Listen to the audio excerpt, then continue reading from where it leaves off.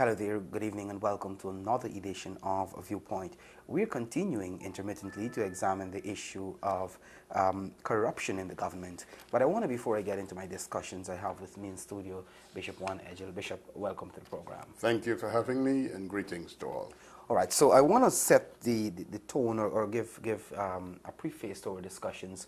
As public knowledge now, I think every single Guyanese is aware of the fact that on December 21, 2018, a no-confidence motion was passed in the National Assembly.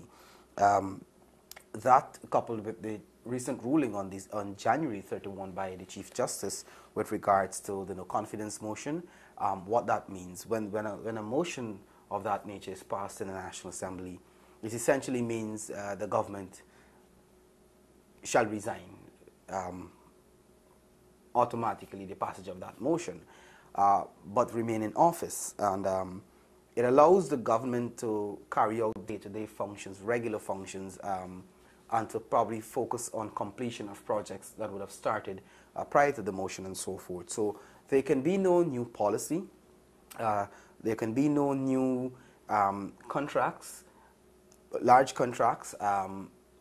They cannot enter into any major agreements, financial agreements. So it's just to carry out the regular day-to-day functions.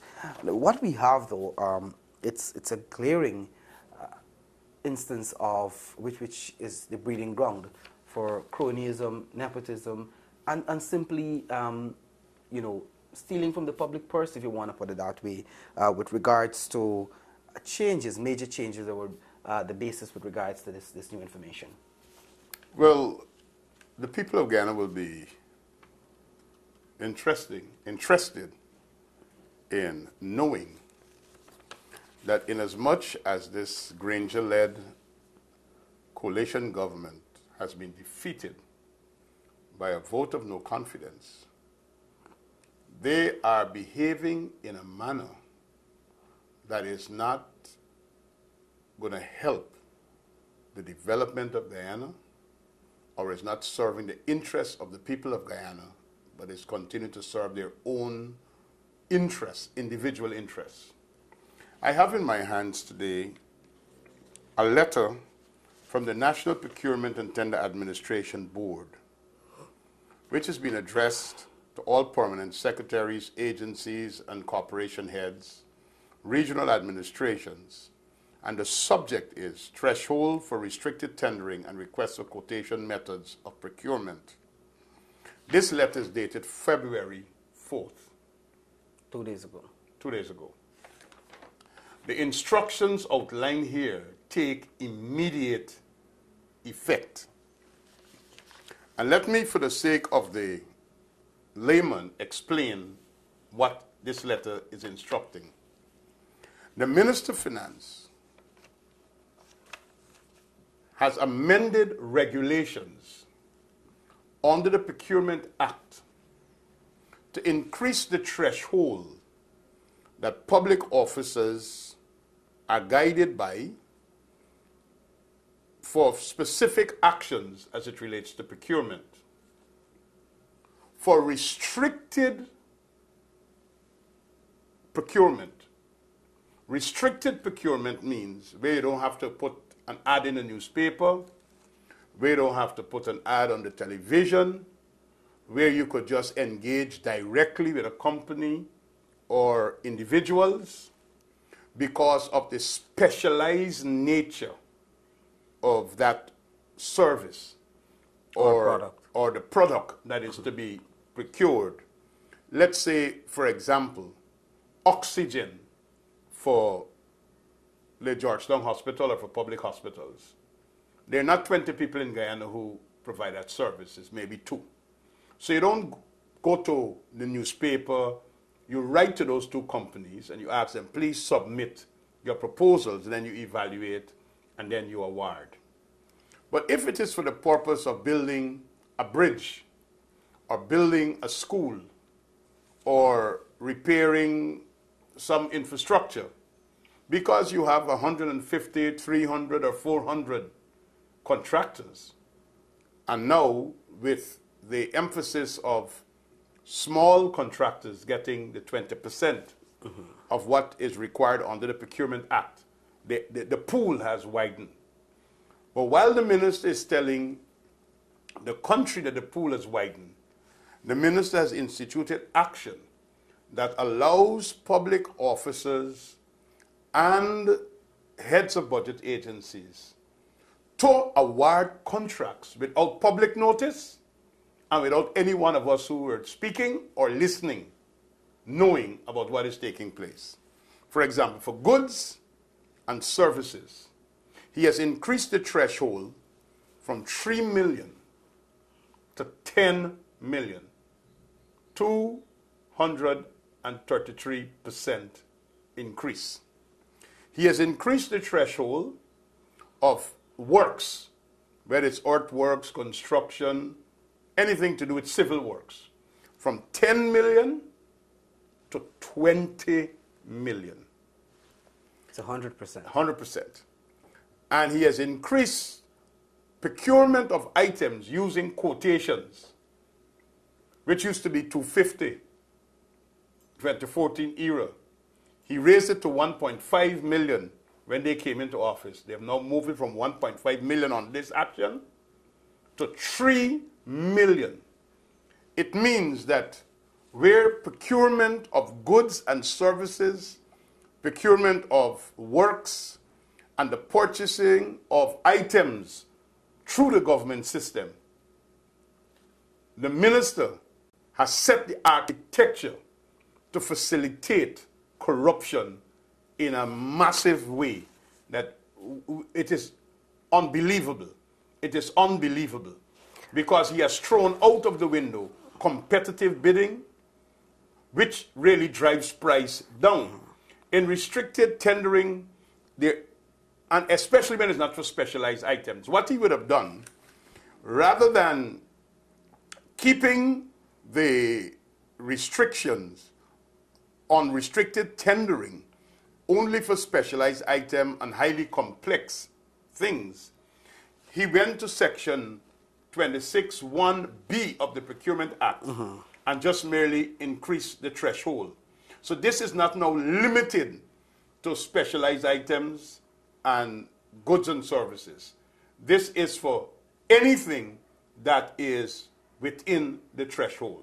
Because it says construction and so forth. Construction. So you're talking here, Bishop, that let's say, for example, you need to construct probably a building in one of the regions or for one of the ministries, some annex building or something that probably cost about, let's say, $15 million or $19 million. I'm just working within the threshold here.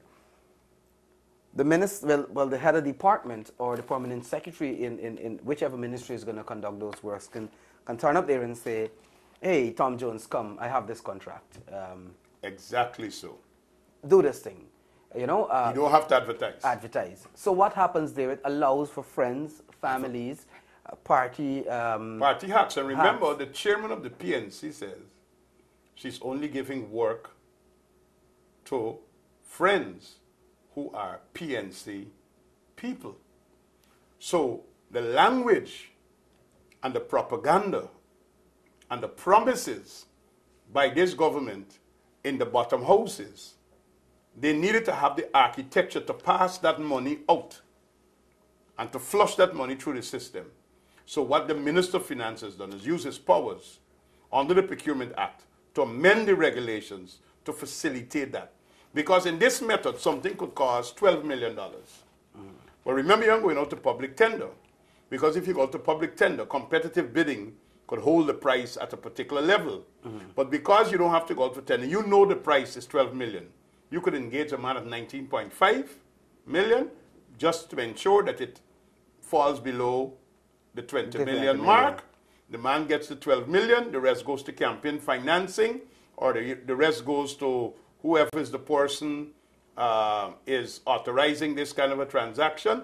And if you do 20 of that within a week, you see where the public's money is going.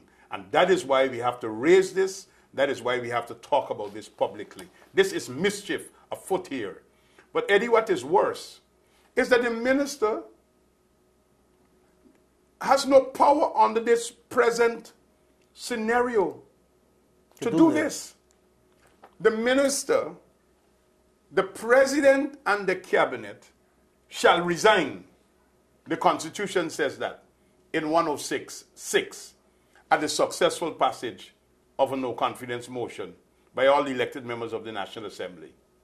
The Chief Justice on the 31st of January 2019 has said that the president and all the ministers stand resigned. It's automatic. Once the no-confidence motion has been passed, the president and all the ministers have basically resigned. The cabinet is no longer functioning. The cabinet is the place where policy and decisions of this nature is taken. It means that the ministers arbitrarily, whimsically, capriciously, without any legal basis, gone ahead to facilitate a flushing out of monies from the treasury into the hands of a select few. And this is corruption at its worst. Because I'm seeing here, this order was made on the 23rd of January, which is almost, well, more than a month after the no confidence vote. And of course, we all know the results of what happened there. My question, though, Bishop, is what are the consequences of all of this? Because clearly, you're talking here between now and March 19, when elections are constitutionally due. You can give out probably 150, 220 million, or 19.9 million contracts. Let me give you the consequences. You have noticed that the Minister of Public Infrastructure is talking about doing 218 roads. Right? You don't have to advertise. By the way, since you said that, he could call in a contractor, I want you to fix this street, 19 million. I want you to do that patch there, 19 million. I want you to do the one, 19.8 million. Jobs that could be done for 4 million or 5 million on the competitive bidding would be handed out to select individuals at prices that are way above the market price to facilitate campaign financing and enrichment of people before they demit office on March 19. And this is where I have a concern, because every minister in this coalition government know that their term has come to an end. March 19 is their deadline. And this here is to facilitate everybody getting a hustle. Whether it's the Minister of Public Infrastructure, the Minister of Agriculture, whether it's the Ministry of Business, whether it's the Ministry of Telecommunications, whether it's the Ministry of Public Security, any one of these ministries now, because they have a budget, they don't have to advertise, which means you don't even have to go through all the complex evaluation processing. You're just using that section and based upon this circular, flushing money out of the system. But you know what? We have already said to heads of budget agencies, permanent secretaries, regional executive officers, heads of corporation, you are the accounting officers.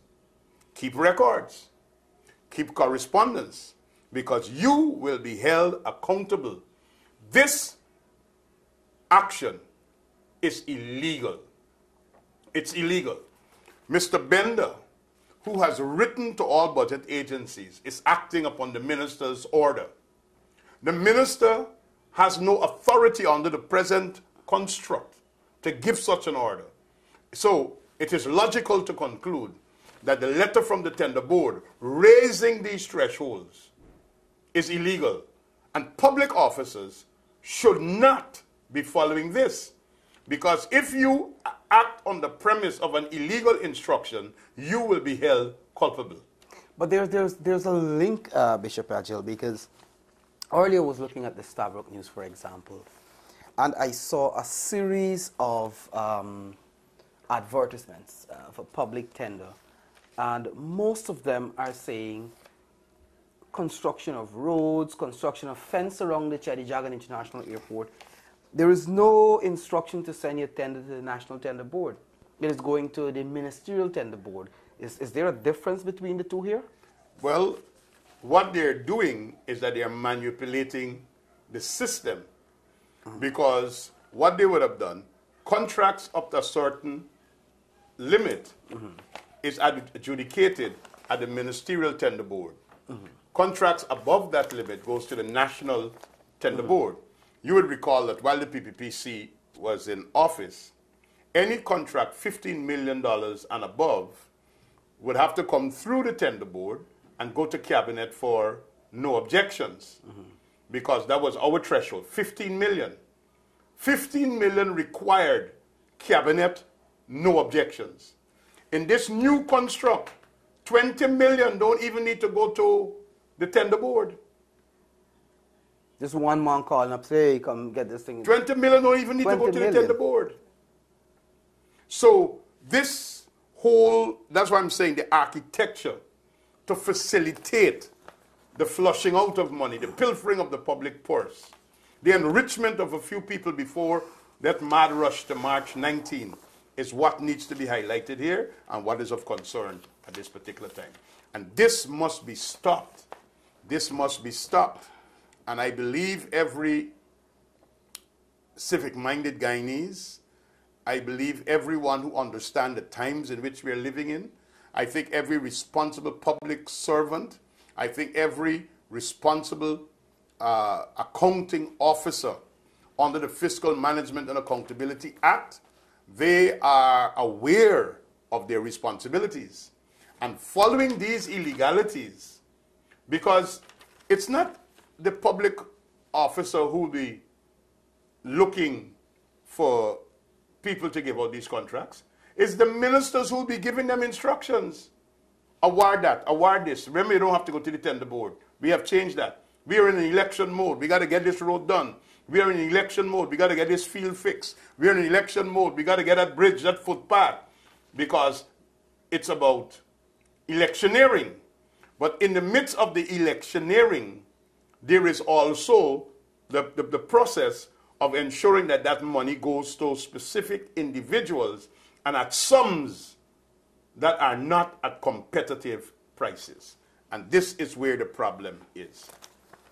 So we're talking here that probably the entire sum that was, or most of what was budgeted for prior to, in the 2019 budget, which was passed before the... Might be finished spending before... Before March 19. We have serious concerns. We have serious concerns. Because I'm seeing a lot of... the defiance of this administration by saying business is as usual, even after the Chief Justice's ruling, and then to discover that on the 4th of February, with immediate effect, public officers are being instructed about these increasing thresholds is worrying. You could just imagine, Eddie, a quote system which is required no less than 3 quotes.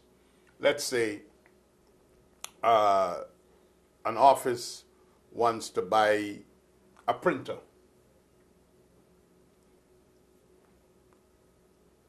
What they basically have to do is send around the corner, get some quotations, and then if they want to give it to a friend, call their friend and says, look, I got $3 million to spend, and I'm buying a printer. You come in at this price, because they've already seen the 2 quotations above. These are not petty purchases anymore. This is not 250,000 petty purchases. In our time, the quote system was for petty purchasing, 250,000. It's now 3 million. 3 million. This is ridiculous. A 15 million civil works contract is a serious contract. They have now said you could give out civil works up to 20 million without even advertising and inviting other contractors. This is serious.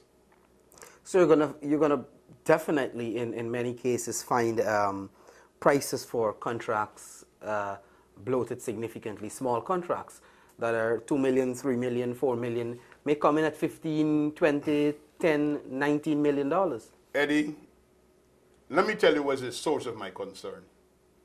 I'm a member of the Public Accounts Committee. I read the Auditor General's report. And I've seen what the Auditor General have said about some budget agencies. 8 contracts being awarded on the same day, which is contract splitting. And because they want to ensure that they stay within the threshold. So because if you go above the threshold, you got to go outside of the agency to the tender board. Tender board. So to avoid the scrutiny of the tender board, there was contract splitting. So the Auditor General has cited agencies for that. Now with this insignificant increase of 233% and 100% and 100% in different categories, you don't got to split the contract anymore. You could hand it to one person. Just hand it to one person because they have just increased the threshold to allow it. And you still don't have to advertise, and you still don't have to have competitive bidding. Well, maybe you should add they have illegally increased the threshold. Illegally. The government has fallen. The government has fallen, and these regulations actually needed to be tabled in the National Assembly, and it is subject to negative resolution, and they have not brought anything to the National Assembly. There is no sitting of the National Assembly, but these instructions have already been issued to head of budget agencies. But so, as far as we're concerned, they're not properly instituted, and these regs don't have the sanction of what is required on the law to facilitate these increases. And more so the fact that the minister at this point is a caretaker minister. It's a caretaker minister. Absolutely no authority to make these kinds of major adjustments. So I think, Bishop, in a nutshell, you put it there, that if I can just go it back quickly before we wrap things up, what has happened is that the minister has now increased the threshold for goods and services, including construction work, without public tender, from 10 million to 20 million, and for goods and services from 3 million to 10 million, and the quotation system from 1.5 million to 3 million. So you can see reasonably big contracts being done, and so it means, Bishop, if I should ask this now, you can pick up somebody and say, hey, go register a construction company and come. I'm going to give you these contracts, and you just go. But that has been happening since 2015. But this now is the haste to spend. Listen. And pilfer. We have received information that some of the companies who are getting works were companies that were put together by some of the ministers.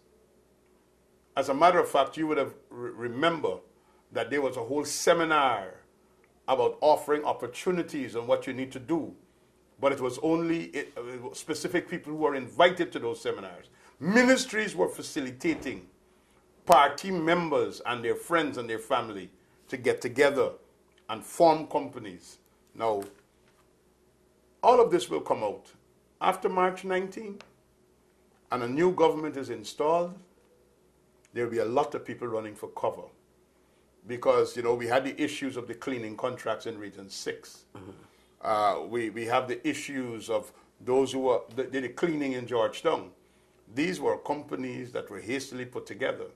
We had issues of contractors who were put together and promised specific works, and they have to give a certain percentage to persons in order for them to get those works. We are aware of all of these things, but in the midst of all of that corruption and cronyism and nepotism, we now have a new level where the Minister of Finance, the minister who's responsible for the public purse and ensuring the consolidated fund is protected from pilfering and to ensure that public monies are spent in a proper way.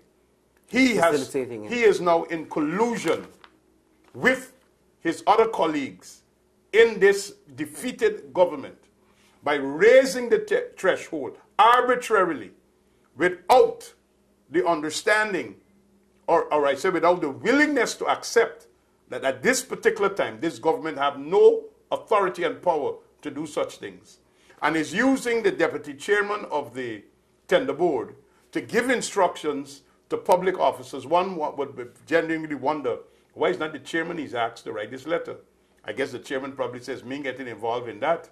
So he has to give one of his political appointees, a Mark Bender, an instruction. And he's instructing public officers. But I'm saying to all public officers and heads of budget agencies here, I want you to take notice. I don't want you to say we're scaring you, but you can't say we didn't inform you. You can't say we didn't give you notice. We can't say we didn't tell you ahead of time. As far as we're concerned, this order is illegal, it's unconstitutional, it's illegitimate. And for you to act based upon that order would mean that you are going to be carrying out an illegality, and finally, or I should say ultimately, the person who will be accountable would be you. So even if a politician who's about to exit government because their government is defeated is pressuring you, you need to find a way of withstanding that pressure, documenting the correspondence, get everything in writing, because when the time comes, you must be able to say what really happened. This is lawlessness. And I beg of the people of Guyana, protect the public purse. I beg of all public servants, you see something wrong. These people are intending to enrich themselves in the last remaining days before March 19. Please protect the public purse. They're on their way out. We need a government in place that is working in the interests of the people of Guyana, and that is why we would expect your support when the time comes. Corruption is the cancer that is eating away at our society and hindering our development. And this APNU AFC government has taken corruption to a level that is unbearable, it's almost incredible. And I really don't understand. Unmatched anywhere in the history of this country or anywhere in the Caribbean or where we are acquainted with the dealings of people that we see, we read about. This is something that must be stopped in its tracks. Bishop Edgell, I want to thank you very much for joining me. Of course, I want to thank each and every one of you for being part of Viewpoint. Of course, we're going to continue to expose instances of corruption in the APNU AFC government as we continue to unearth them.